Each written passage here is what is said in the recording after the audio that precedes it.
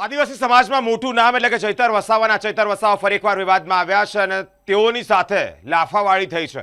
એટલે કે ઉગ્ર બોલાચાલી બાદ ઝપાઝપીના કેટલાક દ્રશ્યો સામે આવ્યા છે. ઘટના કંઈક એમ છે કે જીઆઈડીસી એક મેટ્રોપોલિટન કંપની કે જે કંપનીમાં આગ લાગી, ભીષણ આગ લાગતાની સાથે લગભગ 15થી વધારે કર્મચારીઓ દાઝ્યા, જેમાં એક વ્યક્તિ રાકેશ વસાવા નામના વ્યક્તિ ગંભીર રીતે દાઝ્યા હોય તેઓને સારવાર માટે સુરત લઈ જવામાં આવ્યા અને ત્યાં જ સારવાર દરમિયાન તેઓનું મૃત્યુ નિપજ્યું. પરિવારજન આખોએ શોકમાં હતો, પરિવારજન આખોએ ચિંતિત હોય અને તેવામાં ચૈતર વસાવા ઘટનાસ્થળે આવી પહોંચતાની સાથે જ પરિવારજનોનો આક્ષેપ છે કે ચૈતર વસાવા આમ ક્યારેક આવતા નથી, પરંતુ હવે ઉઘરાણી કરવા આવ્યા છે, પૈસાની ઉઘરાણી કરવા આવ્યા હોય અને તે અંતર્ગત મામલો ગરમાયો, બોલાચાલી થઈ.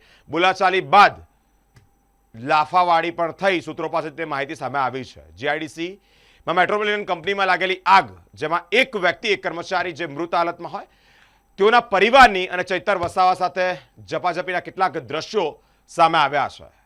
ફરી એકવાર ચૈતર વસાવા વિવાદમાં સપડાયા છે.